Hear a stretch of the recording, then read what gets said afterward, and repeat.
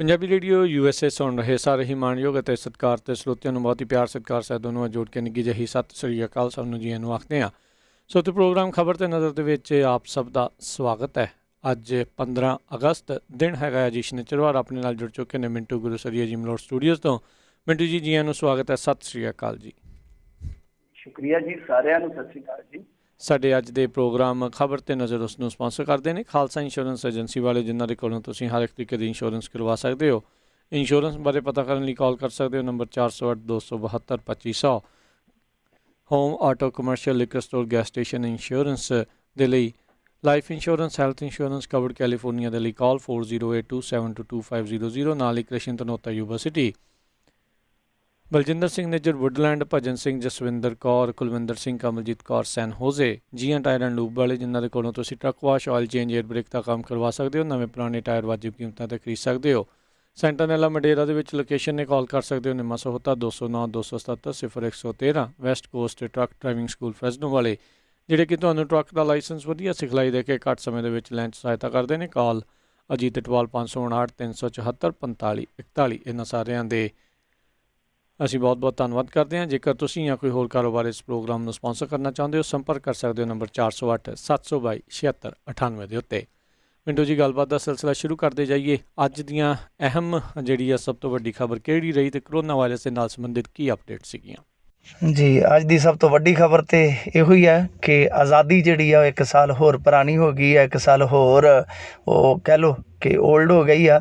ਪਰ ਜਿਹੜੀਆਂ ਮੁਸੀਬਤਾਂ ਨੇ ਹਿੰਦੁਸਤਾਨ ਦੇ ਲੋਕਾਂ ਦੇ ਸਾਹਮਣੇ, ਇੰਡੀਆ ਦੇ ਲੋਕਾਂ ਦੇ ਸਾਹਮਣੇ, ਗੁਰਬਤ ਹੈ, ਫਿਰ ਇਸ ਤੋਂ ਇਲਾਵਾ ਬਿਮਾਰੀਆਂ, ਹੋਰ ਅਨੇਕਾਂ ਸਮੱਸਿਆਵਾਂ, ਬੇਰੁਜ਼ਗਾਰੀ ਹੈ, ਬਿਮਾਰੀਆਂ, ਜਿੱਦਾਂ ਦੀਆਂ ਮਰਜ਼ੀ ਤੁਸੀਂ ਸਮੱਸਿਆਵਾਂ ਲਾ ਲਓ, ਉਹ ਵੀ ਪੁਰਾਣੀਆਂ ਹੋਈ ਜਾਂਦੀਆਂ, ਪਰ ਉਹਨਾਂ ਦਾ ਨਿਵਾਰਨ ਹਾਲੇ ਤੱਕ ਦੂਰ ਹੈ।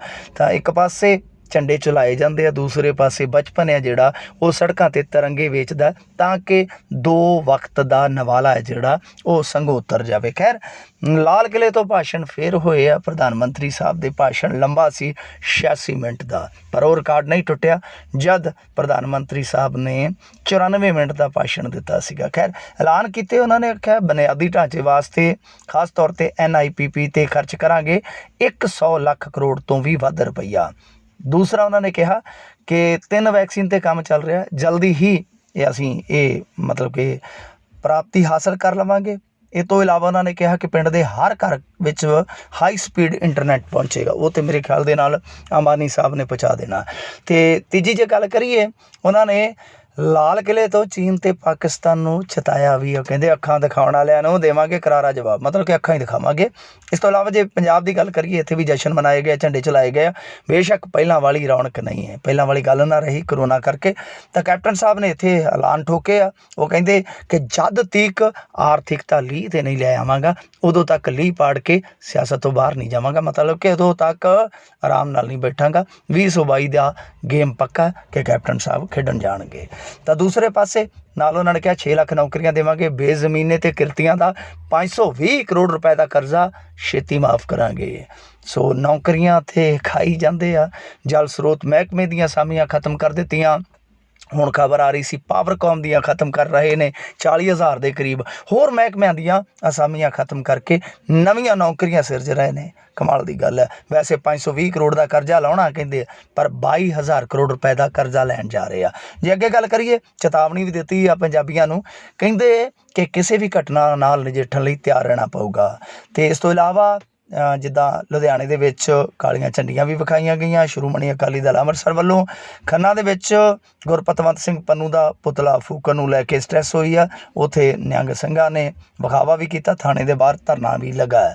ਜੇ ਕਰੋਨਾ ਦੀ ਗੱਲ ਕਰੀਏ, ਆਜ਼ਾਦੀ ਤੋਂ ਬਾਅਦ ਜਿਹੜੀ ਦੂਜੀ ਅੱਜ ਸਰਗਰਮੀ ਸੀਗੀ, ਤਾਂ 2.25 ਕਰੋੜ ਦੇ ਕਰੀਬ ਫਿਗਰ ਪਹੁੰਚਿਆ ਹੈ ਕਰੋਨਾ ਪੇਸ਼ੈਂਟ ਦਾ ਪੂਰੇ ਸੰਸਾਰ ਦੇ ਵਿੱਚ। ਜੇ ਗੱਲ ਕਰੀਏ ਭਾਰਤ ਦੀ, ਤਾਂ ਭਾਰਤ ਦੇ ਵਿੱਚ 25 ਲੱਖ ਤੋਂ ਪਾਰ ਹੋ ਗਈ ਗਿਣਤੀ। 24 ਘੰਟਿਆਂ ਦੇ ਦੌਰਾਨ 65,000 ਨਵੇਂ ਕੇਸ ਰਜਿਸਟਰਡ ਹੋਏ ਆ। ਅਤੇ ਜੇ ਪੰਜਾਬ ਦੀ ਗੱਲ ਕਰੀਏ, ਦੁਪਹਿਰ ਤੱਕ ਸੰਗਰੂਰ ਦੇ ਵਿੱਚ 2 ਵਿਅਕਤੀਆਂ ਦੀ ਜਾਨ ਚਲੇ ਗਈ ਸੀਗੀ। 3 ਮਰੀਜ਼ ਜਿਹੜੇ ਆ ਉਹ ਜਲੰਧਰ 'ਚ ਦਮ ਤੋੜ ਚੁੱਕੇ ਸਨ। ਇਸ ਤੋਂ ਇਲਾਵਾ ਜੇ ਆਪਾਂ ਜਲੰਧਰ ਦੇ ਵਿੱਚ ਨਵੇਂ ਮਰੀਜ਼ਾਂ ਦੀ ਗੱਲ ਕਰੀਏ, ਤਾਂ ਅੱਜ ਵੀ ਇੱਥੇ ਸੈਂਕੜਾ ਵੱਜਿਆ। ਜੀ। ਅਗਲੀ ਜਿਹੜੀ ਮਿੰਟੂ ਜੀ ਗੱਲ ਕਰਦੇ ਜਾਈਏ, ਹਰਿਆਣਾ SYL ਲਈ ਗੱਲਬਾਤ ਵਾਸਤੇ ਤਿਆਰ। ਅਜੇ ਥੋੜ੍ਹੇ ਦਿਨ ਪਹਿਲੋਂ ਜਦੋਂ ਦਰਬਾਰ ਸਾਹਿਬ ਆਏ ਸੀ ਉਦੋਂ ਵੀ ਉਹਨਾਂ ਨੇ SYL ਦੀ ਗੱਲ ਕੀਤੀ ਸੀ। ਹਾਂਜੀ ਹਾਂਜੀ ਬਿਲਕੁਲ। ਦੇਖੋ SYL ਦਾ ਮੁੱਦਾ ਇਸ ਤਰ੍ਹਾਂ ਲੱਗਦਾ ਹੈ ਕਿ ਆਉਣ ਵਾਲੇ ਦਿਨਾਂ ਦੇ ਵਿੱਚ ਸਾਨੂੰ ਭਖਦਾ ਦਿਖਾਈ ਦੇਊਗਾ ਬਹੁਤ ਜਲਦੀ। ਮੇਰੇ ਖਿਆਲ ਦੇ ਨਾਲ ਮੇਰਾ ਇਹ ਜ਼ਾਤੀ ਨਜ਼ਰੀਆ ਹੈ ਕਿ ਬਹੁਤ ਜਲਦੀ ਪੰਜਾਬ ਦੇ ਘਰ ਦੇ ਵਿੱਚ ਗਿਲਾਵਾ ਪੈ ਜਾਣਾ ਹੈ, ਕਿਉਂਕਿ ਜਿਸ ਤਰੀਕੇ ਨਾਲ ਦੇਖੋ ਸਟੇਟਮੈਂਟਾਂ ਆ ਰਹੀਆਂ, ਜਿਸ ਤਰੀਕੇ ਦੇ ਨਾਲ ਕਾਹਲੀ ਕੀਤੀ ਜਾ ਰਹੀ ਆ, ਜਿਸ ਤਰੀਕੇ ਨਾਲ ਹਰਿਆਣੇ ਵੱਲੋਂ ਇਹ ਗਿਣ ਮਿੱਥ ਕੇ ਚੁੱਕਿਆ ਜਾ ਰਿਹਾ ਇਸ ਮੁੱਦੇ ਨੂੰ, ਤਾਂ ਜਾਪਦਾ ਇਹੋ ਆ ਕਿ ਆਉਣ ਵਾਲੇ ਸਮੇਂ ਦੇ ਵਿੱਚ ਇਹ ਸਾਰਾ ਕੁਛ ਹੈ ਜਿਹੜਾ ਵਾਪਰ ਸਕਦਾ। ਤਾਂ ਖੈਰ ਦੇਖੋ SYL ਤੇ ਗੱਲਬਾਤ ਵਾਸਤੇ, ਕਿਉਂਕਿ ਸੁਪਰੀਮ ਕੋਰਟ ਨੇ ਕਿਹਾ ਹੀ ਹੋਇਆ, ਇਹਨਾਂ ਨੂੰ ਵਕਫਾ ਦਿੱਤਾ, ਕੇਂਦਰ ਨੇ ਵਕਫਾ ਲਿਆ ਸੀਗਾ, ਉਹ ਚੱਲੀ ਆਉਂਦਾ ਵਕਫਾ ਲਾ ਲਓ ਕਿ ਸਾਲ ਦੇ ਕਰੀਬ ਹੋ ਚੱਲਿਆ। ਤੇ ਹੁਣ ਗੱਲ ਇਹ ਆ ਕਿ ਹਰਿਆਣੇ ਨੇ ਆਖਿਆ ਕਿ ਅਸੀਂ ਰਜ਼ਾਮੰਦ ਹਾਂ ਇਸ ਚੀਜ਼ ਵਾਸਤੇ ਕਿ ਗੱਲਬਾਤ ਕਰ ਲਓ। ਹੁਣ ਗੱਲਬਾਤ ਵਾਸਤੇ ਪੰਜਾਬ ਕੋਈ ਰਿਸਪੌਂਡ ਨਹੀਂ ਕਰਦਾ, ਕਿਉਂਕਿ ਪੰਜਾਬ ਵਾਲਿਆਂ ਕੋਲ ਗੱਲਬਾਤ ਕਰਨ ਲਈ ਹੈ ਹੀ ਕੁਛ ਨਹੀਂ। ਦੂਜੇ ਪਾਸੇ ਹੁਣ ਹਰਿਆਣਾ ਇਹ ਗੱਲ ਤੇ ਕਹਿੰਦਾ ਆ ਕਿ ਦੇਖੋ ਜੀ ਅਸੀਂ ਗੱਲਬਾਤ ਲਈ ਰੈਡੀ ਆ, ਗੱਲਬਾਤ ਕਰ ਲਾਂਗੇ, ਪਰ ਚੱਕਰ ਕੀ ਆ ਕਿ ਨਾਲ ਹੀ ਉਹ ਇੱਕ ਆਪਣੀ ਸ਼ਰਤ ਵੀ ਰੱਖ ਦਿੰਦੇ ਆ ਕਿ ਦੇਖੋ ਜੀ ਪਾਣੀ ਅਸੀਂ ਓਨਾ ਹੀ ਲੈਣਾ।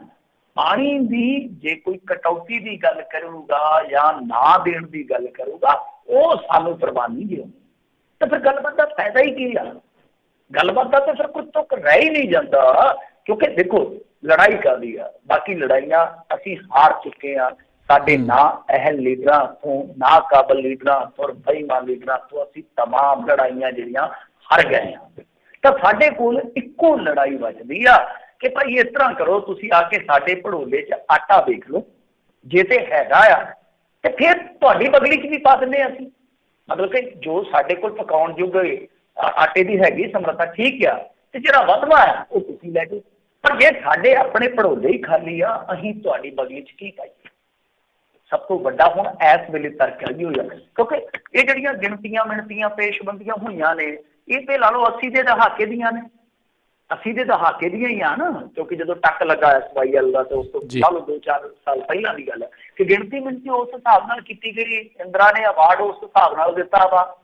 ਤਾਂ ਹੁਣ ਜੇ ਆਪਾਂ ਅੱਜ ਦੀ ਡੇਟ ਦੇ ਵਿੱਚ ਦੇਖੀਏ, ਐਗਜ਼ੈਕਟ ਹੁਣ ਫਿਗਰ ਤੇ ਮੈਨੂੰ ਨਹੀਂ ਪਤਾ, ਉਹ ਵੀ ਕੱਢ ਲਿਆਵਾਂਗੇ ਕਿਸੇ ਦਿਨ, ਪਰ ਉਦੋਂ ਨਾਲੋਂ ਪਾਣੀ ਤੇ ਬਹੁਤ ਜ਼ਿਆਦਾ ਘਟ ਗਿਆ। ਦਰਿਆਈ ਪਾਣੀ, ਦਰਿਆਵਾਂ ਦਾ ਪਾਣੀ ਘਟ ਗਿਆ। ਹੁਣ ਜਦੋਂ ਪਿੱਛੋਂ ਹੀ ਪਾਣੀ ਘਟ ਗਿਆ, ਪੰਜਾਬ ਦੱਸੋ ਕਿ ਇਹਨਾਂ ਨੂੰ ਖੂਹ ਪੁੱਟ ਕੇ ਪਾਣੀ ਦੇ ਦੇਵੇ SYL ਦੇ ਵਿੱਚ ਉਹਨਾਂ? ਇਹ ਇੱਕ ਬਹੁਤ ਵੱਡਾ ਤਰਕ ਹੈ ਇਸ ਵੇਲੇ। ਮਤਲਬ ਕਿ ਅਸੀਂ ਸਾਰੀਆਂ ਲੜਾਈਆਂ ਹਾਰ ਚੁੱਕੇ ਹਾਂ। ਅਸੀਂ ਇਹ ਨਹੀਂ ਕਹਿੰਦੇ ਕਿ ਹਾਂ ਹਰਿਆਣੇ ਨੂੰ ਪਾਣੀ ਨਾ ਦਿਓ, ਮੈਂ ਕਹਿੰਦਾ ਕਿ ਦਿਓ ਯਾਰ, ਛੱਡ ਕੇ ਹਰਿਆਣੇ ਨੂੰ ਰਾਜਸਥਾਨ ਨੂੰ ਵੀ ਹੋਰ ਦੇ ਦਿਓ। ਪਰ ਇਹ ਦੇਖੋ ਪਹਿਲਾਂ ਕਿ ਸਾਡੇ ਕੋਲ ਵਰਤੋਂਯੋਗ ਜਾਂ ਵਰਤੋਂਯੋਗਾ ਹੈਗਾ। ਸਾਡੀ ਆਪਣੀ ਜਿਹੜੀ ਭੂਮੀ ਆ, ਜਿੰਨੀ ਸਾਡੀ ਪੰਜਾਬ ਦੀ ਭੂਮੀ ਆ, ਉਹ ਸਿਰਫ 28% ਰਕਬਾ ਜਿਹੜਾ ਉਹ ਇਹ ਸਿੰਜਦੀ ਆ, ਨਹਿਰ ਸਿੰਜਾਈ ਜਿਹੜੀ ਆ। ਤੁਸੀਂ ਆਪ ਅੰਦਾਜ਼ਾ ਲਾ ਲਓ ਕਿ 72% ਸਾਡੀ ਜਿਹੜੀ ਭੂਮੀ ਆ ਉਹਨੂੰ ਸਿੰਜਣ ਵਾਸਤੇ ਅਸੀਂ 14-15 ਲੱਖ ਟਿਊਬਵੈੱਲ ਲਾਏ ਆ, ਤੇ ਉਹਨਾਂ ਤੇ ਅਸੀਂ ਹਜ਼ਾਰਾਂ ਕਰੋੜ ਰੁਪਈਆ ਜਿਹੜਾ ਖਰਚ ਕਰਦੇ ਹਾਂ। ਜੇ ਲਾਈਏ ਆਪਾਂ ਸਾਲ ਦਾ ਤੇ ਕਈ ਹਜ਼ਾਰ ਕਰੋੜ ਰੁਪਈਆ ਬਣ ਜਾਏਗਾ। ਜੇ ਆਪਾਂ ਪਿੱਛੋਂ ਲੈ ਕੇ ਤੁਰੀਏ ਤਾਂ ਬਹੁਤ ਵੱਡੀ ਰਕਮ ਬਣ ਜਾਏਗੀ ਕਿ ਟਿਊਬਵੈੱਲ ਕਰਾਓ, ਫਿਰ ਉਹਨੂੰ ਚਲਾਓ, ਮਸ਼ੀਨਰੀ ਦੀ ਟੁੱਟ ਭੱਜ ਸਭ ਕੁਛ ਗਿਣੋਗੇ ਤਾਂ ਬਹੁਤ ਹਜ਼ਾਰਾਂ ਕਰੋੜ ਤੱਕ ਮਸਲਾ ਪਹੁੰਚ ਜਾਏਗਾ ਸਾਲ ਦੇ ਵਿੱਚ। ਜਿੰਨੇ ਨਵੇਂ ਟਿਊਬਵੈੱਲ ਹੁੰਦੇ ਉਹ ਵੱਖਰੇ ਆ। ਤਾਂ ਖੈਰ ਇਹ ਬਹੁਤ ਵੱਡੀ ਗੱਲ ਆ ਕਿ ਹਰਿਆਣਾ ਗੱਲਬਾਤ ਲਈ ਤੇ ਕਹਿੰਦਾ ਕਿ ਮੈਂ ਖੁਦ ਨੂੰ ਤਿਆਰ ਕੀਤਾ ਹੋਇਆ, ਪਰ ਜਿਹੜੀ ਪੰਜਾਬ ਦੀ ਇਸ ਵੇਲੇ ਤਾਰਕਿਕ ਗੱਲ ਆ, ਉਸ ਗੱਲ ਨੂੰ ਉਹ ਰੱਦ ਕਰਦਾ ਕਿ ਨਹੀਂ ਮੈਂ ਉਸ ਗੱਲ ਤੇ ਨਹੀਂ ਆਉਣਾ, ਮੈਂ ਤੇ ਆਪਣਾ ਹੱਕ ਲੈ ਕੇ ਰਹਿਣਾ ਵਾ। ਇਹ ਤੇ ਇੱਕ ਤਰਫੀ ਗੱਲ ਹੈ। ਫਿਰ ਗੱਲਬਾਤ ਦਾ ਜਿਹੜਾ ਨਾ ਉਹ ਪ੍ਰੋਬਲਮ ਮੇਰੇ ਖਿਆਲ ਦੇ ਨਾਲ ਨਹੀਂ ਵੱਜਣਾ ਜੀ। ਜੀ ਅਗਲੀ ਜਿਹੜੀ ਆਪਾਂ ਗੱਲ ਕਰਦੇ ਜਾਈਏ, ਕਹਿੰਦੇ ਕੇਂਦਰ ਦੀ ਤਜਵੀਜ਼ ਤੇ ਕੈਪਟਨ ਨੇ ਫੁੱਲ ਚਾੜੇ। ਹਾਂਜੀ ਦੇਖੋ ਕੇਂਦਰ ਨੇ ਜੋ ਫੈਸਲਾ ਕੀਤਾ ਵਾ, ਤੇ ਕੋਈ ਫੈਸਲਾ ਮੈਨੂੰ ਨਹੀਂ ਲੱਗਦਾ ਕਿ ਕੈਪਟਨ ਅਮਰਿੰਦਰ ਸਿੰਘ ਨੇ ਰੱਦਿਆ ਹੋਵੇ। ਸਾਰਿਆਂ ਤੇ ਫੁੱਲ ਚਾੜੇ ਆ ਤਕਰੀਬਨ, ਤੇ ਫੁੱਲ ਵੀ ਫੁੱਲ ਹੀ ਚਾੜੇ ਆ, ਘੱਟ ਵੀ ਚਾੜੇ, ਫੁੱਲ ਹੀ ਚਾੜੇ ਆ। ਤਾਂ ਖੈਰ ਦੇਖੋ ਇਹਨਾਂ ਨੇ 27 ਰਸਾਇਣਕ ਕੀਟਨਾਸ਼ਕਾਂ ਤੇ ਪਾਬੰਦੀ ਦੀ ਤਜਵੀਜ਼ ਰੱਖੀ ਸੀਗੀ ਕੇਂਦਰ ਵਾਲਿਆਂ ਨੇ। ਇਹ ਲਾ ਲਓ ਕਿ ਪ੍ਰੋਸੈਸ ਚੱਲਦਾ, ਵੈਸੇ ਤੇ ਕਾਫੀ ਲੰਮੇ ਸਮੇਂ ਤੋਂ ਚੱਲਦਾ, ਲਾ ਲਓ ਕਿ 1-2 ਸਾਲ ਹੋ ਗਏ ਆ। ਤੇ ਉਸ ਤੋਂ ਬਾਅਦ ਇਸ ਸਾਲ ਦੇ ਸ਼ੁਰੂਆਤ ਦੇ ਵਿੱਚ ਇਹ ਪ੍ਰੋਸੈਸ ਇਹਨਾਂ ਨੇ ਫੇਰ ਚਲਾਇਆ, ਥੋੜਾ ਨੂੰ ਗਰਮਾਇਆ। ਉਸ ਤੋਂ ਬਾਅਦ ਹੁਣ ਪਿੱਛੇ ਜੇ ਇਹਨਾਂ ਨੇ ਆਖਿਆ ਕਿ 27 ਰਸਾਇਣਕ ਕੀਟਨਾਸ਼ਕਾਂ ਤੇ ਅਸੀਂ ਪਾਬੰਦੀ ਲਾਵਾਂਗੇ। ਸੋ ਪੰਜਾਬ ਵਾਲੇ ਸਾਡੇ ਜਿਹੜੇ ਚੀਫ ਮਿਨਿਸਟਰ ਨੇ ਉਹਨਾਂ ਨੇ ਚੱਕ ਕੇ 9 ਨੂੰ ਪਾਬੰਦ ਕਰ ਵੀ ਦਿੱਤਾ। ਉਹਦੇ ਵਿੱਚ ਮੇਰੇ ਖਿਆਲ ਦੇ ਨਾਲ ਐਸੀ ਫੈਕਟ ਵੀ ਹੈ। ਐਸੀਵੇਟ ਆਪਾਂ ਆਮ ਹੀ ਇਸਤੇਮਾਲ ਕਰਦੇ ਹਾਂ ਖੇਤਾਂ ਦੇ ਵਿੱਚ। ਚਲੋ ਉਹ ਬਹੁਤ ਲੰਮੇ ਚੌੜੇ ਨਾਂ ਨੇ ਤੇ ਬਹੁਤ ਲੰਮੀ ਚੌੜੀ ਫਹਿਰਿਸਤ ਆ। ਜੇ ਆਪਾਂ 27 ਦੇ 27 ਵੇਖੀਏ ਤੇ ਉਸ ਤੋਂ ਬਾਅਦ ਫਿਰ ਇਹ ਜਿਹੜੇ 9 ਕੀਤੇ ਗਏ ਆ ਪਾਬੰਦ, ਜੇ ਇਹਨਾਂ ਨੂੰ ਗਿਣੀਏ ਤਾਂ ਕਾਫੀ ਲੰਮੇ ਚੌੜੇ ਨਾਂ ਹੁੰਦੇ ਆ ਕੰਪਨੀਆਂ ਦੇ ਤੇ ਕਾਫੀ ਜ਼ਿਆਦਾ ਲੰਮੀ ਚੌੜੀ ਲਿਸਟ, ਜਿਸ ਤਰ੍ਹਾਂ ਮੈਂ ਕਿਹਾ। ਪਰ ਉਹਦੇ ਵਿੱਚ ਦੇਖੋ ਗੱਲ ਇਹ ਆ ਕਿ ਜਿੱਦਾਂ ਕੁਛ ਕੀਟਨਾਸ਼ਕ ਆ, ਉਹਨਾਂ ਦਾ ਹੱਲ ਦੀ ਕੜੀ ਕੋਈ ਬਦਲ ਵੀ ਹੈ ਨਹੀਂ। ਮੈਂ ਇੱਕ ਉਦਾਹਰਨ ਦੇਣਾ ਕਿਉਂਕਿ ਮੈਂ ਖੇਤਾਂ ਦੇ ਨਾਲ ਜੁੜਿਆ ਇਨਸਾਨ ਹੈ। ਇੱਕ ਕਲੋਰੋਪੈਰੀਫਾਇਰ ਦਾ ਜਿਹੜੀ, ਜਿਹਨੂੰ ਆਪਾਂ ਕਲੋਰੋ ਕਹਿ ਦਿੰਦੇ ਹਾਂ, ਆਪਣੇ ਜਿਹੜੇ ਜੱਟ ਜ਼ਿਮੀਂਦਾਰ ਕਿਸਾਨ ਮਜ਼ਦੂਰ ਹੈ ਜਿਹੜੇ ਖੇਤਾਂ 'ਚ ਕੰਮ ਕਰਨ ਵਾਲੇ, ਉਹ ਕਲੋਰੋ ਕਹਿ ਦਿੰਦੇ ਆ। ਤਾਂ ਉਹ ਜਿਹੜੀ ਕਲੋਰੋਪੈਰੀਫਾਇਰ ਫਾਸ ਆ, ਉਹਦਾ ਕੋਈ ਬਦਲ ਨਹੀਂ ਹੈ ਹਾਲ ਦੀ ਕੜੀ ਕਲੋਰੋਪੈਰੀਫਾਸ ਦਾ। ਤਾਂ ਇਹ ਆਪਣੇ ਆਪ ਦੇ ਵਿੱਚ ਹੁਣ ਪਹਿਲੀ ਗੱਲ ਤੇ ਇਹ ਦੇਖੋ ਕਿ ਜੇ ਮੰਨ ਲਓ ਇਹ ਰਸਾਇਣ ਘਾਤਕ ਨੇ, ਖਤਰਨਾਕ ਨੇ, ਮਨੁੱਖੀ ਸਿਹਤ ਨੂੰ ਖਰਾਬ ਕਰਦੇ ਆ, ਵਾਤਾਵਰਨ ਨੂੰ ਪਲੀਤ ਕਰਦੇ ਆ, ਤਾਂ ਪੰਜਾਬ ਸਰਕਾਰ, ਭਾਰਤ ਸਰਕਾਰ ਜੋ ਫੈਸਲਾ ਲੈਣ ਜਾ ਰਹੀ ਆ, ਅਸੀਂ ਸਵਾਗਤ ਕਰਦੇ ਹਾਂ। ਪਰ ਇੱਥੇ ਇੱਕ ਸਵਾਲ ਉੱਠੇਗਾ ਨਾਲ ਦੀ ਨਾਲ। ਹੁਣ ਉਹ ਸਵਾਲ ਕੀ ਹੋਏਗਾ ਕਿ ਇਹ ਤੇ ਜੋ ਅਸੀਂ ਜੰਮੇ ਉਦੋਂ ਤੋਂ ਵੇਖਦੇ ਪਏ, ਮਤਲਬ ਕਿ 30-40 ਸਾਲ ਨੁਕਸਾਨ ਕਰਕੇ ਤੁਸੀਂ, ਜੋ ਹਰੀ ਕ੍ਰਾਂਤੀ ਆਈ ਉਸ ਤੋਂ ਬਾਅਦ ਹੀ ਆਏ ਆ ਨਾ ਇਹ ਸਾਰਾ ਕੁਛ, ਤਾਂ ਤੁਸੀਂ ਉਸ ਤੋਂ ਬਾਅਦ ਅੱਜ ਆ ਕੇ ਇਹਨਾਂ ਨੂੰ ਪਾਬੰਦ ਕਰ ਰਹੇ ਹੋ। 30-40 ਸਾਲ ਤੁਸੀਂ ਉਜੜ ਦਿੱਤਾ ਪੰਜਾਬ ਨੂੰ। ਕਿਉਂਕਿ ਪੰਜਾਬ ਦੀ ਜਿਹੜੀ ਖਪਤ ਹੈ, ਮੈਂ ਤੁਹਾਡੀ ਜਾਣਕਾਰੀ ਲਈ ਦੱਸ ਦੇਵਾਂ, ਉਦਾਹਰਨ ਦਿੰਦਾ ਤੁਹਾਨੂੰ। ਜਿਸ ਤਰ੍ਹਾਂ ਯੂਰੀਆ ਲਾ ਲਓ ਕਿ ਯੂਰੀਆ ਸਾਡੇ ਇੱਥੇ ਪੈਂਦੀ ਆ ਲਾ ਲਓ 25 ਲੱਖ ਟਨ। ਫਿਰ ਜਿਹੜੀ ਹੈਗੀ ਆ ਡਾਇਆ ਖਾਦ, ਜਿਹਨੂੰ ਡਾਇਓਮੋਨੀਆ ਕਹਿ ਦਿੰਦੇ ਆ, ਉਹ ਪੈਂਦੀ ਹੈ 7.5 ਲੱਖ ਟਨ। ਆ ਪੋਟਾਸ਼ ਵਰਗੀਆਂ ਜਿਹੜੀਆਂ ਹੁੰਦੀਆਂ ਨੇ ਇਹ ਪੈਂਦੀਆਂ 70 ਲੱਖ ਟਨ, ਜਿਹੜੀਆਂ ਕਿ ਸਾਡੀ ਨੈਸ਼ਨਲ ਐਵਰੇਜ ਤੋਂ ਡਬਲ ਨੇ, ਮਤਲਬ ਕਿ 2 ਟਾਈਮ ਨੇ। ਤੁਸੀਂ ਆਪ ਹੀ ਅੰਦਾਜ਼ਾ ਲਾ ਲਓ ਕਿ ਕਿੰਨੀ ਵੱਡੀ ਖਪਤ ਹੁੰਦੀ ਹੈ ਪੰਜਾਬ ਦੇ ਵਿੱਚ। ਪਰ ਸਭ ਤੋਂ ਜ਼ਿਆਦਾ ਫਿਰ ਇਹਦਾ ਮਤਲਬ ਇਹ ਆ ਕਿ ਨੁਕਸਾਨ ਹੈ ਜਿਹੜਾ ਪੰਜਾਬ ਨੇ ਚੁੱਕਿਆ। ਜੇ ਅੱਜ ਤੁਸੀਂ ਪਾਬੰਦ ਕਰ ਰਹੇ ਹੋ, ਅਮਰੀਕਾ ਦੇ ਵਿੱਚ ਤਾਂ ਵੈਸੇ ਬਹੁਤ ਸਾਰੇ ਕੀਟਨਾਸ਼ਕ ਹੈ ਜਿਹੜੇ ਪਾਬੰਦ ਹੈ ਮੇਰੇ ਖਿਆਲ ਦੇ ਨਾਲ, ਤਾਂ ਇੱਥੇ ਤੁਸੀਂ ਪਾਬੰਦੀ ਲਾ ਰਹੇ ਹੋ ਔਰ ਉਦੋਂ ਲਾ ਰਹੇ ਹੋ ਜਦੋਂ 35-40 ਸਾਲ ਨੁਕਸਾਨ ਜਿਹੜਾ ਪੰਜਾਬ ਨੇ ਝੱਲ ਲਿਆ। ਔਰ ਦੂਜੀ ਚੀਜ਼ ਜਿਹੜੀ ਆ ਉਹ ਇਹ ਆ ਕਿ ਕੋਈ ਫਿਰ ਤੁਸੀਂ ਬਦਲ ਨਹੀਂ ਦੇ ਰਹੇ, ਕੋਈ ਅਸੈਸਮੈਂਟ ਨਹੀਂ ਹੈ। ਕਿਉਂਕਿ ਇਹਨਾਂ ਚੀਜ਼ਾਂ ਦਾ ਸਿੱਧੇ ਤੌਰ ਤੇ ਕਹੀਏ ਕਿ ਫਿਰ ਕਿਸਾਨ ਦੀ ਆਮਦਨ ਦੇ ਨਾਲ ਵੀ ਮੁੱਦਾ ਜੁੜਦਾ। ਜਾਂ ਤੇ ਤੁਸੀਂ ਟੋਟਲੀ ਸਾਰੀਆਂ ਚੀਜ਼ਾਂ ਬੰਦ ਕਰਕੇ ਰਵਾਇਤੀ ਖੇਤੀ ਵਾਲੇ, ਜਿਸ ਤਰ੍ਹਾਂ ਆਪਾਂ ਪਿਛਲੇ ਪ੍ਰੋਗਰਾਮ 'ਚ ਚਰਚਾ ਕੀਤੀ ਸੀਗੀ, ਕਿ ਜਾਂ ਤਾਂ ਤੁਸੀਂ ਕੋਈ ਪ੍ਰੋਗਰਾਮ ਚਲਾਓ ਕਿ ਜਦ ਤੱਕ ਥੋੜਾ ਉਹਨਾਂ ਦਾ ਆਮਦਨ ਵਾਲਾ ਖੱਪਾ ਜਿਹੜਾ ਪੂਰਿਆ ਨਹੀਂ ਜਾਂਦਾ, ਤਦ ਤੱਕ ਤੁਸੀਂ ਉਹਨਾਂ ਨੂੰ ਕੋਈ ਇਮਦਾਦ ਕਰੋ, ਕੋਈ ਐਸੀ ਸਕੀਮ ਲਿਆਓ ਕਿ ਹਾਂ ਭਾਈ ਜੇ ਤੁਸੀਂ ਰਵਾਇਤੀ ਖੇਤੀ ਵੱਲ ਪਰਤੋਗੇ, ਸਰਕਾਰ ਤੁਹਾਨੂੰ ਤੁਹਾਡੇ ਕੋਲੋਂ ਇੰਨੀ ਹੈਲਪ ਜਿਹੜੀ ਆਪਣੇ ਕੋਲੋਂ ਦੇਊਗੀ, ਤੁਹਾਡੇ ਤੱਕ ਪਹੁੰਚਾਊਗੀ। ਤੇ ਇਹ ਚੀਜ਼ਾਂ ਫਿਰ ਕਰਨ ਦੀ ਜ਼ਰੂਰਤ ਹੈ।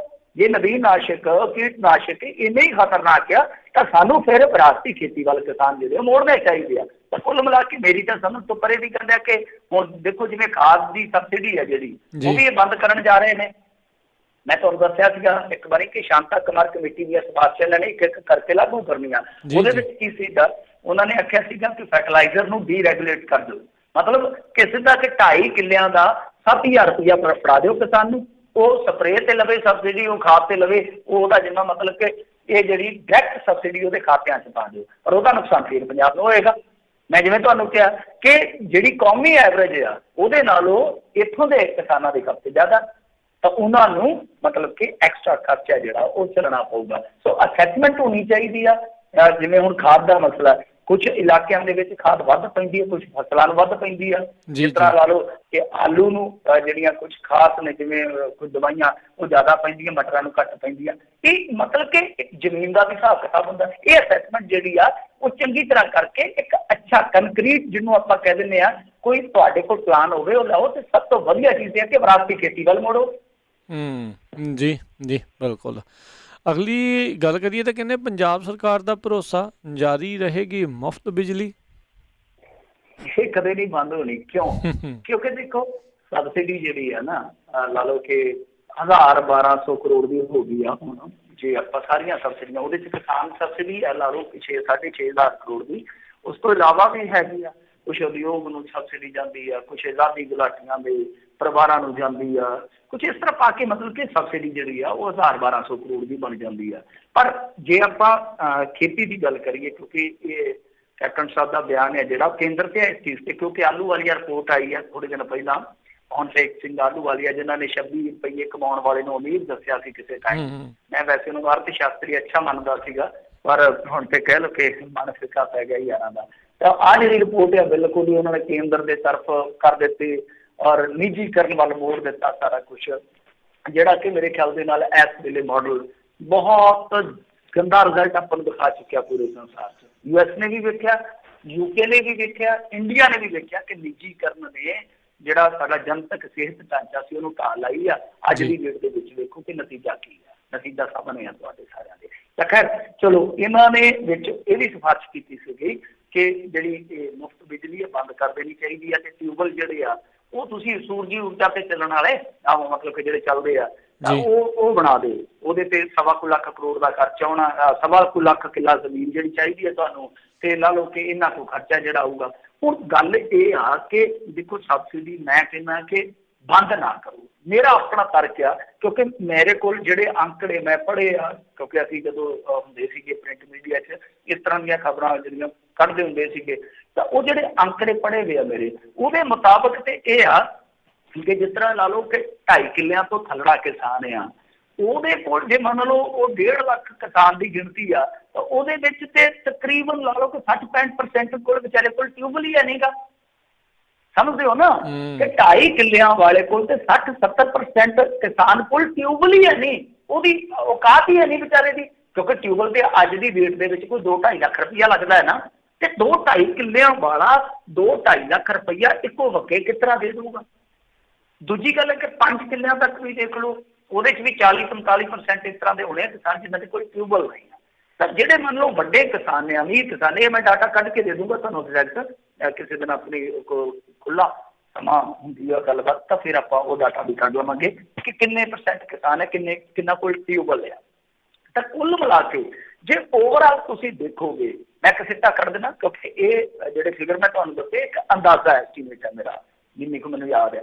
ਤਾਂ ਦੂਜੇ ਪਾਸੇ ਐਗਜ਼ੈਕਟ ਫਿਗਰ ਜਿਹੜਾ ਮੈਂ ਤੁਹਾਨੂੰ ਦੱਸ ਰਿਹਾ, ਕੰਕਲੂਜਨ ਕੱਢ ਕੇ, ਸਿੱਟਾ ਕੱਢ ਕੇ ਉਹ ਆ ਕਿ ਜਿਹੜੀ ਇਹ ਸਬਸਿਡੀ ਆ ਉਹਦਾ 40% ਮਤਲਬ ਕਿ ਆਲਮੋਸਟ ਲਾ ਲਓ ਅੱਧ ਆ ਜਿਹੜਾ ਉਹ ਜਾਂਦਾ ਮੋਟੇ ਕਿਸਾਨਾਂ ਕੋਲ। ਤੇ ਮੋਟੇ ਕਿਸਾਨ ਕੌਣ ਆ? ਮੋਟੇ ਕਿਸਾਨ ਕੌਣ ਆ? ਜੇ ਤੁਸੀਂ ਵਿਧਾਨ ਸਭਾ ਦੀ ਲਿਸਟ ਚੱਕ ਕੇ ਦੇਖ ਲਓ, 117 ਵਿਧਾਇਕਾਂ ਦੇ ਵਿੱਚ ਜਿਹੜੇ ਕਿਸਾਨੀ ਨਾਲ ਜੁੜੇ ਆ ਉਹ ਤਕਰੀਬਨ ਮੋਟੇ ਕਿਸਾਨ ਆ। ਉਹਨਾਂ ਦੀਆਂ ਜ਼ਮੀਨਾਂ ਜਾਇਦਾਦਾਂ ਜਿਹੜੀਆਂ ਉਹ ਵਧੇਰੇ ਆ।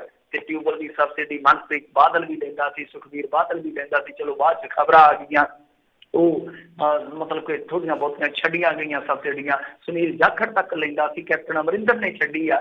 ਸੋ ਸਾਰੇ ਹੀ ਲੈਂਦੇ ਸੀਗੇ ਤੇ ਸਾਰੇ ਮੋਟੇ ਕਿਸਾਨ ਸੀਗੇ। ਤਾਂ ਕੁੱਲ ਮਿਲਾ ਕੇ ਜਿਹੜੀ ਸਬਸਿਡੀ ਆ ਉਹ ਜ਼ਿਆਦਾਤਰ ਜਾਂਦੀ ਆ ਵੱਡੇ ਕਿਸਾਨਾਂ ਨੂੰ, ਨਾ ਹੈ ਛੋਟੇ ਕਿਸਾਨ। ਸੋ ਇਹ ਸਮੱਸਿਆ ਹੈ ਕਿ ਇਹ ਕਦੇ ਵੀ ਬੰਦ ਨਹੀਂ ਹੋਏਗੀ, ਕਿਉਂਕਿ ਇਹਦਾ ਜ਼ਿਆਦਾ ਲਾਹਾ ਜਿਹੜਾ ਵੱਡੇ ਕਿਸਾਨ। ਹੁਣ ਦੇਖੋ 25 ਕਿੱਲਿਆਂ ਵਾਲੇ ਤੋਂ ਵੱਧ ਜਿੰਨੇ ਕੋ ਕਿਸਾਨ ਆ, ਉਹ ਲਾ ਲਓ ਕੁਛ ਹਜ਼ਾਰ ਕਿਸਾਨ ਆ, ਤਾਂ ਉਹਨਾਂ ਦੇ ਟਿਊਬਵੈਲ ਜਿਹੜੇ ਆ ਉਹ ਕਿੰਨੇ ਹੋਣਗੇ? ਉਹਨਾਂ ਦੇ ਟਿਊਬਵੈਲ ਤੇ ਹੋਣਗੇ 5-6 ਟਿਊਬਵੈਲ ਹੋਣਗੇ। ਤੇ ਹਿਸਾਬ ਲਾ ਲਓ ਕਿ 70,000 ਦੀ ਸਬਸਿਡੀ ਵੀ ਜਾਂਦੀ ਹੈ ਇੱਕ ਮਤਲਬ ਕਿ ਸਾਲ ਦੀ ਲਾ ਲਓ, ਮੋਟੇ ਤੌਰ ਤੇ ਲਾ ਲਓ 50 ਦੀ ਲਾ ਲਓ। ਜੇ ਉਹਦੇ 5 ਟਿਊਬਵੈਲ ਤੇ ਉਹਦੀ 2.5 ਲੱਖ ਦੀ ਬਣ ਗਈ, 2.5 ਲੱਖ ਦੀ। ਤੇ ਜਿਹੜਾ ਛੋਟਾ ਕਿਸਾਨ ਆ ਜਿਹਦੇ ਕੋਲ ਜ਼ਿਆਦਾਤਰ ਹੈ ਹੀ ਨਹੀਂ ਹੈ, ਨਾ ਉਹਦਾ ਤੇ ਸਬਸਿਡੀ ਕਿਹਦੀ ਖਾਤੇ 'ਚ ਚੱਲ ਗਈ।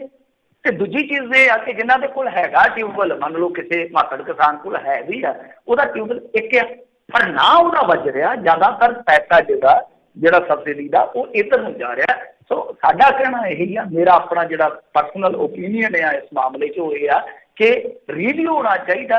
ਤੁਸੀਂ ਰਿਵਿਊ ਕਰੋ ਸਬਸਿਡੀ ਕਿ ਹਾਂ ਭਾਈ ਕਿਹਨੂੰ ਚਾਹੀਦੀ ਹੈ। ਜਿਹੜਾ ਹੁਣ 25 ਕਿੱਲਿਆਂ ਤੋਂ ਵੱਧ ਵਾਲਾ ਕਿਸਾਨ, ਜਿਹਦਾ ਠੇਕਾ ਹੀ ਤੁਸੀਂ ਲਾ ਲਓ, ਮੰਨ ਲਓ 25 ਕਿੱਲੇ ਮੁਰੱਬਾ ਪੈਲੀ ਆ, ਉਹਦਾ ਠੇਕਾ ਅੱਜ ਦੀ ਡੇਟ ਦੇ ਵਿੱਚ ਦੇਖ ਲਓ 60,000 ਦੇ ਹਿਸਾਬ ਨਾਲ ਲਾ ਲਓ ਕਿੰਨਾ ਠੇਕਾ ਬਣਦਾ। ਤਾਂ ਜਿਹੜਾ ਬੰਦਾ ਅਫੋਰਡ ਕਰਦਾ, ਜਿਹਦੇ ਕੋਲ ਸ਼ੈਲਰ ਵੀ ਹੈ ਨਾਲ ਕਿਸਾਨੀ ਤੋਂ ਇਲਾਵਾ, 100 ਕਿੱਲਾ ਜ਼ਮੀਨ ਵੀ ਆ, 50 ਕਿੱਲਾ ਜ਼ਮੀਨ ਵੀ ਆ, ਨਾਲ ਟਰਾਂਸਪੋਰਟ ਵੀ ਆ, ਨਾਲ ਆੜਤ ਵੀ ਆ, ਸਾਰਾ ਕੁਛ ਕਰੀ ਜਾਂਦੇ ਆ ਸਾਈਡ ਬਾਈ ਸਾਈਡ, ਤਾਂ ਕੀ ਉਹਨਾਂ ਨੂੰ ਸਬਸਿਡੀ ਮਿਲਣੀ ਚਾਹੀਦੀ ਜਾਂ ਨਹੀਂ? ਇਹ ਤਾਂ ਸਵਾਲ ਦਾ ਜਵਾਬ ਜ਼ਰੂਰ ਜਨਤਾ ਨੂੰ ਦੇਣਾ ਚਾਹੀਦਾ, ਕਿਉਂਕਿ ਜਨਤਾ ਇਹਦਾ ਸਿੱਟਾ ਭੋਗਦੀ ਹੈ। ਉਹ ਜਿਹੜੀ ਬਿਜਲੀ ਤੁਸੀਂ ਫ੍ਰੀ ਦਿੰਦੇ ਹੋ ਤਾਂ ਉਹਦਾ ਜਿਹੜਾ ਬਿੱਲ ਆ ਉਹ ਘਰਾਂ ਨੂੰ ਲੱਗ ਕੇ ਆਉਂਦਾ। ਜੀ ਅਗਲੀ ਗੱਲ ਕਰੀਏ ਤਾਂ ਕਹਿੰਦੇ ਮਾਈਨਿੰਗ ਪਰਚੀ ਦੀ ਪੜਤਾਲ CBI ਦੇ ਕੋਲ। ਦੇਖੋ ਇਹ ਰੋਪੜ ਜ਼ਿਲ੍ਹੇ ਦਾ ਮਾਮਲਾ ਸੀਗਾ। ਇਹਦੇ ਵਿੱਚ ਨਾ ਇੱਕ ਜਿਹੜੇ ਮੈਜਿਸਟ੍ਰੇਟ ਸੀਗੇ ਤਾਂ ਉਹਨਾਂ ਦੀ ਭੂਮਿਕਾ ਬੜੀ ਸ਼ਾਨਦਾਰ ਰਹੀ ਹੈ। ਮੈਂ ਦੱਸ ਦੇਣਾ ਤੁਹਾਨੂੰ। ਅਸਲ ਦੇ ਵਿੱਚ ਸ਼ਿਕਾਇਤ ਹੋਈ ਜਦੋਂ ਮਾਮਲਾ ਹਾਈ ਕੋਰਟ ਚਲੇ ਗਿਆ। ਹਾਈ ਕੋਰਟ ਦੇ ਵਿੱਚ ਜਾ ਕੇ ਸਰਕਾਰ ਨੇ ਆਖਿਆ ਨਹੀਂ ਜੀ ਇਸ ਤਰ੍ਹਾਂ ਦੀ ਕੋਈ ਪਰਚੀ ਨਹੀਂ ਕੱਟਦਾ। ਤੇ ਫਿਰ ਹਾਈ ਕੋਰਟ ਨੇ ਆਖਿਆ ਤਾਂ ਫਿਰ ਹੁਣ ਨਿਰਣਾ ਕਿਵੇਂ ਕਰੀਏ, ਸ਼ਿਕਾਇਤ ਕਰਤਾ ਤੇ ਕਹਿੰਦੇ ਆ ਕਿ ਉੱਥੇ ਨਜਾਇਜ਼ ਪਰਚੀ ਕੱਟੀ ਜਾਂਦੀ ਹੈ। ਉੱਥੇ ਫਿਰ ਇੱਕ ਦੱਸ ਰਿਹਾ ਕਿ ਨੌਜਵਾਨ ਮੈਜਿਸਟਰੇਟ ਨੂੰ ਭੇਸ ਬਦਲ ਕੇ ਘੱਲਿਆ ਗਿਆ। ਇਹ ਸੁਣਨ ਵਾਲੀ ਗੱਲ ਹੈ ਕਿ ਅੱਜ ਦੇ ਦੌਰ ਦੇ ਵਿੱਚ ਵੀ ਇਸ ਤਰ੍ਹਾਂ ਹੋ ਜਾਂਦਾ। ਆਪਾਂ ਪਹਿਲਾਂ ਤੇ ਸੁਣਦੇ ਹੁੰਦੇ ਨਾ ਭੇਸ ਬਿਠਾ ਕੇ ਆ ਗਿਆ, ਕੋਈ ਫਲਾਣਾ ਰਾਜਾ ਆ ਗਿਆ, ਫਲਾਣਾ ਕੋਈ ਜਸੂਸ ਆ ਗਿਆ।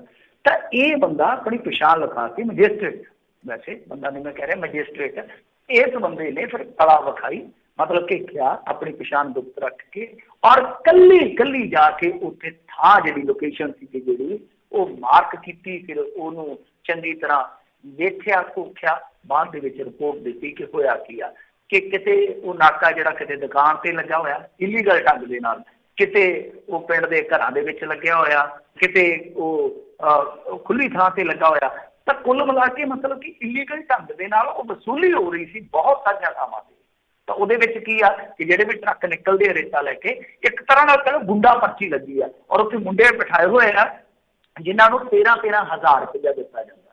ਸੋ ਇਹ ਪਰਚੀ ਜਿਹੜੀ ਸੀਗੀ ਇਲੀਗਲ ਪਰਚੀ, ਹੁਣ ਇਹਦੀ ਜਾਂਚ ਪੜਤਾਲ ਜਿਹੜੀ ਆ, ਕਿਉਂਕਿ ਯਾਰ ਦੀ ਗੱਲ ਆ ਕਿ ਸਰਕਾਰ ਨੇ ਤਾਂ ਉੱਥੇ ਜਾ ਕੇ ਜੋ ਆਖਿਆ ਮੈਜਿਸਟਰੇਟ ਦੀ ਰਿਪੋਰਟ ਤੋਂ ਉਲਟ ਆਈ ਆ, ਤਾਂ ਹੁਣ ਹਾਈ ਕੋਰਟ ਸਰਕਾਰ ਤੇ ਤਾਂ ਯਕੀਨ ਹੀ ਨਹੀਂ ਕਰੂਗੀ। ਵੈਸੇ ਇੱਕ ਬਹੁਤ ਵੱਡਾ ਇਹ ਵੀ ਓਫੈਂਸ ਆ ਕਿ ਤੁਸੀਂ ਗੁੰਮਰਾਹ ਕਰ ਰਹੇ ਹੋ ਹਾਈ ਕੋਰਟ ਨੂੰ। ਤਾਂ ਦੂਸਰੇ ਪਾਸੇ ਹੁਣ ਉਹਨਾਂ ਨੇ ਫਿਰ ਜਾਂਚ ਪੜਤਾਲ ਜਿਹੜੀ ਹੈ CBI ਨੂੰ ਦੇ ਦਿੱਤੀ ਆ, ਔਰ ਅਸੀਂ ਤੇ ਇਹ ਮਾਜਰਾ ਦੇਖਿਆ ਹੋਇਆ ਸਾਡੇ ਇਲਾਕੇ ਦੇ ਵਿੱਚ। ਸਾਡੇ ਇੱਥੇ ਰੇਤ ਨਿਕਲਦੀ ਹੈ ਨਾ ਨਾਲ ਹੀ ਫਾਜ਼ਿਲਕਾ, ਇਹ ਦਰਿਆ ਆਉਂਦਾ ਹੁੰਦਾ ਸੀ ਪਹਿਲਾਂ ਕਿਸੇ ਪੁਰਾਣੇ ਟਾਈਮਾਂ ਦੇ ਵਿੱਚ, ਤੇ ਉਹ ਕਈ ਪਿੰਡਾਂ ਚੋਂ ਨਿਕਲਦੀ ਆ। ਤੇ ਅਸੀਂ ਨਿੱਕੇ ਜਦੋਂ ਹੁੰਦੇ ਹਾਂ ਟਰਾਲੀਆਂ ਤੋਂ ਉਦੋਂ ਕੱਢ ਕੇ ਲਾਉਂਦੇ ਹਾਂ, ਰੇਤਾ ਕੋਈ ਉਹ ਵੱਡੀ ਗੱਲ ਨਹੀਂ ਸੀ ਹੁੰਦੀ ਜਿਵੇਂ ਅੱਜ ਦੇ ਦੌਰ ਦੇ ਵਿੱਚ ਆ।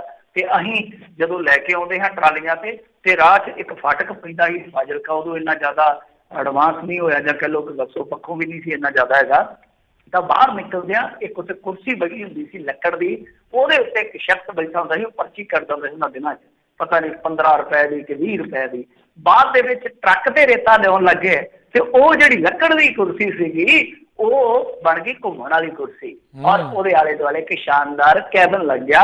ਔਰ ਉਹ ਜਿਹੜੀ ਉਗਰਾਈ ਸਾਨੂੰ ਉੱਥੇ ਦੱਸਦੇ ਹੁੰਦੇ ਸੀ ਕਿ ਇਹ ਜਾਂਦੀ ਹੈ ਸਾਡੇ ਪਿੰਡਾਂ ਦੇ ਵਿੱਚ ਇੱਕ ਬਹੁਤ ਸ਼ਾਨਦਾਰ ਪਿੰਡ ਆ, ਉਹਦੇ ਵਿੱਚ ਇੱਕ ਸ਼ਾਨਦਾਰ ਘਰ ਹੈ, ਇੱਕ ਸ਼ਾਨਦਾਰ ਸਿਆਸੀ ਫੈਮਿਲੀ ਆ, ਉੱਧਰ ਜਾਂਦੀ ਆ। ਤੇ ਉੱਧਰ ਇਹ ਵੀ ਸੀਗਾ ਕਿ ਇੱਕ ਉਹਨਾਂ ਦਾ ਭਰਾਤਾ ਜਿਹੜਾ ਉਹ ਵੀ ਬੈਠਦਾ ਸੀਗਾ ਸਮਾਂ ਮੰਨ ਕੇ ਨਾ, ਕਿ ਇੰਨਾ ਸਮਾਂ ਤੁਹਾਡਾ ਬੰਦਾ ਬੈਠੂਗਾ, ਇੰਨਾ ਸਮਾਂ ਸਾਡਾ ਬੰਦਾ ਬੈਠੂਗਾ। ਫਿਰ ਉਹੀ ਬੰਦੇ ਪੰਜਾਬ ਵਿੱਚ ਆਉਂਦੀਆਂ ਗੱਲਾਂ ਕਰਦੇ ਪੰਜਾਬ ਦੇ ਮੰਤਰੀ ਵੀ ਬਣੇ। ਜੀ ਅਗਲੀ ਮਿੰਟ ਦੀ ਗੱਲ ਕਰੀਏ, ਕਹਿੰਦੇ ਬਾਦਲ ਪਿੰਡ ਦੀ ਰਾਜਨੀਤੀ ਅੱਗੇ ਹੈਰਾਨ ਪੈ ਗਈ ਸੂਬਾਈ ਸਰਕਾਰ। ਦੇਖੋ ਵਾਕਿਆ ਹੈਰਾਨ ਕਰਦੇ, ਹੈਰਾਨੀ ਵਾਲਾ ਪੈਕੇਜ ਇਹਨਾਂ ਦਾ ਤਗੜਾ ਹੀ ਹੁੰਦਾ। ਖੈਰ ਦੇਖੋ ਕੀ ਸੀਗਾ ਕਿ ਬਾਦਲ ਪਿੰਡ ਦੇ ਵਿੱਚ ਨਾ ਇੱਕ ਹਸਪਤਾਲ ਹੈ, ਬੜਾ ਸ਼ਾਨਦਾਰ ਹਸਪਤਾਲ ਆ। ਤੇ ਜਦੋਂ ਬਾਦਲ ਕਾਰਜਕਾਲ ਸੀਗਾ ਉਦੋਂ ਇੱਥੇ ਸਹੂਲਤਾਂ ਬਹੁਤ ਸੀਗੀਆਂ, ਆਪਰੇਸ਼ਨ ਵਗੈਰਾ ਹੁੰਦੇ ਸੀ। ਚਲੋ ਲੋਕਾਂ ਨੂੰ ਬਹੁਤ ਫਾਇਦਾ, ਦੇਖੋ ਹਰੇਕ ਚੀਜ਼ ਚਲੋ ਜ਼ਿਆਦਾਤਰ ਤੇ ਬਾਦਲ ਪਿੰਡ ਦੇ ਵਿੱਚ ਹੀ ਦੇਖਣ ਨੂੰ ਮਿਲਦੀ ਆ, ਪਰ ਇਹਨਾਂ ਕਿ ਸਾਡੇ ਇੱਥੇ ਲਾਗੇ ਬੰਨੇ ਲੰਬੀ ਹਲਕੇ ਨੂੰ ਸਾਰਿਆਂ ਨੂੰ ਹੀ ਕਹਿ ਲਓ ਕਿ ਬੜਾ ਇਹਦਾ ਫਾਇਦਾ ਸੀਗਾ ਕਿ ਸਰਜਨ ਵਗੈਰਾ ਸਾਰੇ ਉੱਥੇ ਹੁੰਦੇ ਸੀਗੇ। ਤੇ ਹੋਇਆ ਕਿ ਚਲੋ ਜਦੋਂ ਸਰਕਾਰ ਬਦਲੀ, ਇਹਨਾਂ ਨੇ ਚੱਕ ਕੇ ਫਿਰ ਕੀਤਾ ਸੀਗਾ ਕਿ ਉਹ ਜਿਹੜੇ ਸੀਗੇ ਮਤਲਬ ਕਿ ਡਾਕਟਰ ਵਗੈਰਾ ਸਟਾਫ ਵਾਲੇ, ਉਹਨਾਂ ਨੂੰ ਇੱਥੋਂ ਬਦਲ ਦਿੱਤਾ। ਤਾਂ ਡਾਕਟਰਾਂ ਦੀ ਹੋ ਗਈ ਸ਼ਾਰਟੇਜ। ਹੁਣ ਦੇਖੋ ਲੋਕਾਂ ਨੇ ਰੋਣਾ ਪਿੱਟਣਾ ਸ਼ੁਰੂ ਕਰ ਦਿੱਤਾ ਕਿ ਬਾਦਲ ਸਾਹਿਬ ਆਹ ਕੀ ਹੋ ਗਿਆ। ਉਹਨਾਂ ਨੇ ਫਿਰ ਆਪਣੀ ਡਾਕਟਰੀ ਵਿਖਾਈ, ਹੁਣ ਕਹਿ ਸਕਦੇ ਉਹਨਾਂ ਨੇ ਆਪਣੀ ਸਿਆਸੀ ਡਾਕਟਰੀ ਵਿਖਾਈ ਆ। ਸਿਆਸੀ ਡਾਕਟਰੀ ਕੀ ਵਿਖਾਈ ਆ ਕਿ ਬਠਿੰਡੇ ਏਮਜ਼ ਬਣਿਆ, ਉਹਨਾਂ ਨੇ ਚੱਕ ਕੇ ਜਿਹੜਾ ਬਾਦਲ ਪਿੰਡ ਦਾ ਸਰਕਾਰੀ ਹਸਪਤਾਲ ਸੀ ਉਹ ਏਮਜ਼ ਦੇ ਨਾਲ ਜੋੜਤਾ। ਏਮਜ਼ ਦਾ ਸਟਾਫ ਵਾਧੂ ਆ, ਹੁਣ ਏਮਜ਼ ਦਾ ਸਟਾਫ ਆ ਕੇ ਤੇ OPD ਦੇਖਿਆ ਕਰੂਗਾ। ਸੋ ਕਹਿ ਲਓ ਕਿ ਜਿਹੜੀ ਬਾਦਲ ਦੀ ਡਾਕਟਰੀ ਆ, ਜਿਹੜੀ ਖਾਸ ਤੌਰ ਤੇ ਸਿਆਸੀ ਡਾਕਟਰੀ ਆ, ਉਹਨੇ ਜਿਹੜੀ ਇੱਥੋਂ ਦੀ ਸਾਡੀ ਸੂਬਾਈ ਸਰਕਾਰ ਹੈ ਉਹਨੂੰ ਵਾਕਈ ਹੈਰਾਨ ਕਰ ਦਿੱਤਾ ਕਿ ਵਾਕਈ ਬਾਦਲ ਸਾਹਿਬ ਡਾਕਟਰ ਤਗੜੇ ਆ। ਸੋ ਉਹਨਾਂ ਨੇ ਚੱਕ ਕੇ ਏਮਜ਼ ਦੇ ਨਾਲ ਜੋੜ ਦਿੱਤਾ ਕਿ ਹੁਣ ਕੋਈ ਸਮੱਸਿਆ ਨਹੀਂ ਰਹੂਗੀ, ਸਾਰਾ ਸਟਾਫ ਹੈ ਜਿਹੜਾ ਏਮਜ਼ ਨੂੰ ਆ ਕਰੂਗਾ ਬਾਦਲ ਪਿੰਡ। ਜੀ ਅਗਲੀ ਜਿਹੜੀ ਮਿੰਟੂ ਜੀ ਗੱਲ ਕਰੀ, ਕਹਿੰਦੇ ਅਮਰੀਕਾ ਤੋਂ ਭਾਰਤ ਆਏ ਨੌਜਵਾਨ ਨੇ ਜਲੰਧਰ ਵਿੱਚ ਕੀਤਾ ਖੂਬ ਡਰਾਮਾ। ਬਹੁਤ ਜ਼ਿਆਦਾ ਜੀ, ਬਹੁਤ ਜ਼ਿਆਦਾ। ਇਸ ਮੁੰਡੇ ਨੇ ਤੇ ਨਾ ਕਹਿੰਦੇ ਕਿ ਪੁਲਿਸ ਵੀ ਸੁੱਕਣੇ ਪਾ ਦਿੱਤੀ ਸੀ ਇੱਕ ਵਾਰੀ। ਹੋਇਆ ਕੀ ਆ ਕਿ ਇਹ ਮੁੰਡਾ ਨਿਕਲਿਆ ਤੇ ਨਿਕਲ ਕੇ ਮਰਸਡੀਜ਼ ਕਾਰ ਸੀਗੀ ਇਹਦੇ ਕੋਲ। ਹੁਣ ਤੁਹਾਨੂੰ ਪਤਾ ਕਾਰ ਤੇ ਫਿਰ ਹੋਊਗੀ ਜਾਂ ਕੜਿਆਂ ਵਾਲੀ ਕਾਰ ਹੁੰਦੀ ਆ ਜਾਂ ਕੋਈ ਹੋਰ ਇਸ ਤਰ੍ਹਾਂ ਦੀਆਂ ਕਾਰਾਂ ਹੁੰਦੀਆਂ NRI ਦੇ ਕੋਲ। ਇਹ ਮੁੰਡਾ ਪਤਾ ਨਹੀਂ ਸਟੂਡੈਂਟ ਸੀ ਕਿ ਪਰਿਵਾਰ ਹੀ ਇਹਨਾਂ ਦੇ ਇੱਧਰ ਆ। ਤੇ ਚਲੋ ਉਹ ਕਿਤੇ ਗੱਡੀ ਗੁੱਡੀ ਮਾੜੀ ਜੀ ਲੱਗੀ ਆ, ਰਾਤ ਦਾ ਟਾਈਮ ਸੀ, ਖਾਧਾ ਪੀਤਾ ਹੋਣਾ ਤੁਹਾਨੂੰ ਪਤਾ ਹੀ ਆ। ਉਸ ਤੋਂ ਬਾਅਦ ਫਿਰ ਇਹਨੇ ਗੱਡੀ ਭਜਾ ਲਈ, ਇਹਨੂੰ ਰੋਕਿਆ ਗਿਆ, ਉੱਥੇ ਵੀ ਬਦਤਮੀਜ਼ੀ ਕੀਤੀ। ਸੋ ਫਿਰ ਬਾਅਦ ਦੇ ਵਿੱਚ ਇਹਨੂੰ ਲੈ ਗਏ ਥਾਣੇ ਫੜਿਆ ਤੇ ਉੱਥੇ ਵੀ ਨੇ ਬਹੁਤ ਗੰਦੀਆਂ ਗਾਲਾਂ ਕੱਢੀਆਂ। ਉਹ ਵੀਡੀਓ ਵਾਇਰਲ ਹੋਈ, ਚੈਨਲਾਂ ਤੇ ਚੱਲੀ। ਦੇਖੋ ਆਪਾਂ ਪੁਲਿਸ ਵਾਲਿਆਂ ਨੂੰ ਕਹਿੰਦੇ ਆ ਕਿ ਉਹ ਗਾਲ ਦੁੱਪੜ ਕਰਦੇ ਆ, ਧੌਲ ਪੱਕੜ ਕਰਦੇ ਆ, ਉਹ ਮਾੜੀ ਗੱਲ ਆ। ਉਹਨੂੰ ਆਪਾਂ ਆਲਵੇਜ਼ ਰੱਦ ਵੀ ਕਰਦੇ, ਉਹਨੂੰ ਨਿੰਦਦੇ ਵੀ ਆ, ਲਾਹਨਤਾਂ ਵੀ ਪਾਉਂਦੇ ਆ। ਪਰ ਹਵਾਲਾਤ ਦੇ ਵਿੱਚ ਬੈਠਾ ਬੰਦਾ ਇਸ ਤਰ੍ਹਾਂ ਗੰਦ ਬਾਕੀ ਕੈਮਰੇ ਦੇ ਸਾਹਮਣੇ, ਤੇ ਉਹ ਵੀ ਤੇ ਧੀਆਂ ਭੈਣਾਂ, ਪੁਲਿਸ ਵਾਲਿਆਂ ਦੀਆਂ ਧੀਆਂ ਭੈਣਾਂ ਕਿਹੜੀਆਂ ਬਗਾਨੀਆਂ ਨੇ, ਉਹ ਵੀ ਤੇ ਸਾਡੇ ਸਮਾਜ ਦੀਆਂ ਨੇ। ਸੋ ਬਹੁਤ ਜ਼ਿਆਦਾ ਉੱਥੇ ਨੇ ਬਕਾ ਬਕਿਆ। ਉਸ ਤੋਂ ਬਾਅਦ ਹੁਣ ਇਹਦੇ ਤੇ ਮਾਮਲਾ ਦਰਜ ਕਰ ਦਿੱਤਾ, ਕਿਉਂਕਿ ਵੱਡੇ ਪੁਲਿਸ ਅਫਸਰ ਸੀ ਜਿਹੜੇ ਨਾਰਾਜ਼ ਹੋ ਗਏ। ਉਂਝ ਤੇ ਸ਼ਾਇਦ ਸਸਤੇ 'ਚ ਛੁੱਟ ਜਾਂਦਾ ਕਿ ਐਕਸੀਡੈਂਟ ਦਾ ਹੀ ਬਣ ਜਾਂਦਾ ਚਲੋ ਮਾਮਲਾ। ਹੁਣ ਇਹਦੇ ਤੇ ਮੇਰੇ ਖਿਆਲ ਦੇ ਨਾਲ ਇਰਾਦਾ ਕਤਲ ਦਾ ਵੀ ਮਾਮਲਾ ਜਿਹੜਾ ਉਹ ਦਰਜ ਕਰ ਦਿੱਤਾ ਗਿਆ। ਸੋ ਕਾਫੀ ਜ਼ਿਆਦਾ ਹੁਣ ਕਹਿ ਲਈਏ ਕਿ ਖਲਾਰਾ ਪੈ ਗਿਆ। ਪਰ ਮੈਂ ਸਮਝਦਾ ਕਿ ਦੇਖੋ ਇਹੋ ਜਿਹੇ ਮੁਲਕਾਂ 'ਚ ਪਰਤ ਕੇ ਇਹੋ ਜਿਹੀ ਹਰਕਤ ਹਿਮਾਕਤ ਕਰਨੀ ਬਹੁਤ ਬਦਦਿਮਾਗੀ ਬਦਮਿਜ਼ਾਜੀ ਵਾਲੀ ਗੱਲ ਆ। ਔਰ ਐਸਾ ਹੁੰਦਾ ਪਤਾ ਨਹੀਂ ਕਿਉਂ ਇੱਧਰ ਆ ਕੇ ਸੁਸਰੀਆਂ ਨੂੰ ਸੁੱਤੇ ਰਹਿੰਦੇ ਆ, ਤੇ ਜਿਵੇਂ ਹੀ ਪੰਜਾਬ ਪਰਤਦੇ ਆ ਫਿਰ ਉਹ ਕੀੜਾ ਉੱਠ ਪੈਂਦਾ, ਉਹ ਕੀੜਾ ਉੱਠ ਪੈਂਦਾ ਪੰਜਾਬੀਆਂ ਵਾਲਾ, ਲਲਕਾਰੇ ਮਾਰਨ ਵਾਲਾ, ਸੜਕਾਂ ਤੇ ਪੀਣ ਵਾਲਾ। ਮੁਹਾਲੀ 'ਚ ਕੀ ਹੋਇਆ ਸੀ ਇੱਕ ਵਾਰੀ, ਪਿਓ ਪੁੱਤ ਜਿਹੜੇ NRI ਪਿਓ ਪੁੱਤ ਸੀਗੇ ਉਹ ਰੱਖ ਕੇ ਅੱਗੇ ਗਵਰਨਰ ਤੇ ਦਾਰੂ ਉੱਥੇ ਸੜਕ ਤੇ ਪੀਣ ਲੱਗ ਪਏ ਸੀ। ਥਾਣੇਦਾਰ ਆਇਆ, ਹੌਲਦਾਰ ਆਇਆ, ਉਹਨੂੰ ਕੁੱਟ ਕੱਟਿਆ, ਹੋਰ ਪੁਲਿਸ ਆਈ ਉਹਨਾਂ ਦੇ ਗੱਲ ਪੈ ਗਈ, ਤੇ ਫਿਰ ਮੁੜ ਕੇ ਦੋਵਾਂ ਤੇ ਪਰਚਾ ਹੋ ਗਿਆ। ਤਾਂ ਦੇਖੋ ਇਹੋ ਜਿਹੀਆਂ ਘਟਨਾਵਾਂ ਜਿਹੜੀਆਂ ਨੇ ਨਾ ਉਹ ਮੇਰੇ ਖਿਆਲ ਦੇ ਨਾਲ ਸਹੀ ਤੁਹਾਡੀ ਤਰਜਮਾਨੀ ਨਹੀਂ ਕਰਦੀਆਂ ਕਿ ਤੁਸੀਂ ਇਹੋ ਜਿਹੇ ਮੁਲਕਾਂ ਦੇ ਵਿੱਚੋਂ ਸਿੱਖ ਕੇ ਰਹਿ ਕੇ ਵਿਚਰ ਕੇ ਜਾ ਕੇ ਇਹੋ ਜਿਹੀ ਹਰਕਤ ਕਰੋਗੇ। ਉਹਦੇ ਨਾਲ ਤੁਹਾਡੀ ਤੇ ਆਪਣੀ ਸ਼ਾਨ ਤੇ ਫਰਕ ਪੈਂਦਾ ਹੀ ਆ। ਜਿਹੜਾ NRI ਭਾਈਚਾਰਾ ਉਹਨਾਂ ਦੀ ਸ਼ਾਨ ਤੇ ਫਰਕ ਪੈਂਦਾ। ਜੀ ਜੀ। ਅਤੇ ਮਿੰਟੂ ਜੀ ਬਹੁਤ ਬਹੁਤ ਤੁਹਾਡਾ ਧੰਨਵਾਦ ਕਰਦੇ ਹਾਂ, ਤੁਸੀਂ ਸਾਡੇ ਨਾਲ ਜੁੜੇ, ਇਹਨਾਂ ਖਬਰਾਂ ਬਾਰੇ ਤੁਸੀਂ ਜਾਣਕਾਰੀ ਦਿੱਤੀਆਂ। ਅਗਲੀ ਵਾਰ ਤੱਕ ਲਈ ਬੜੀ ਮਿਹਰਬਾਨੀ, ਪਿਆਰ ਭਰੀ ਸਤਿ ਸ਼੍ਰੀ ਅਕਾਲ ਜੀ। ਸਤਿ ਸ਼੍ਰੀ ਅਕਾਲ ਜੀ। ਅਤੇ ਸਰੋਤਿਓ ਇੱਥੇ ਹੀ ਸਾਡਾ ਅੱਜ ਦਾ ਇਹ ਪ੍ਰੋਗਰਾਮ ਸਮਾਪਤ ਹੈ। ਮਿਲਦੇ ਹਾਂ ਅਗਲੀ ਵਾਰ ਤੱਕ ਲਈ ਮੇਰੇ ਵੱਲੋਂ ਵੀ ਤੁਹਾਨੂੰ ਸਾਰਿਆਂ ਨੂੰ ਪਿਆਰ ਸਤਿਕਾਰ ਸਹਿਤ ਸਤਿ ਸ਼੍ਰੀ ਅਕਾਲ। ਸੁਣਦੇ ਰਹੋ ਪੰਜਾਬੀ ਰੇਡੀਓ USA।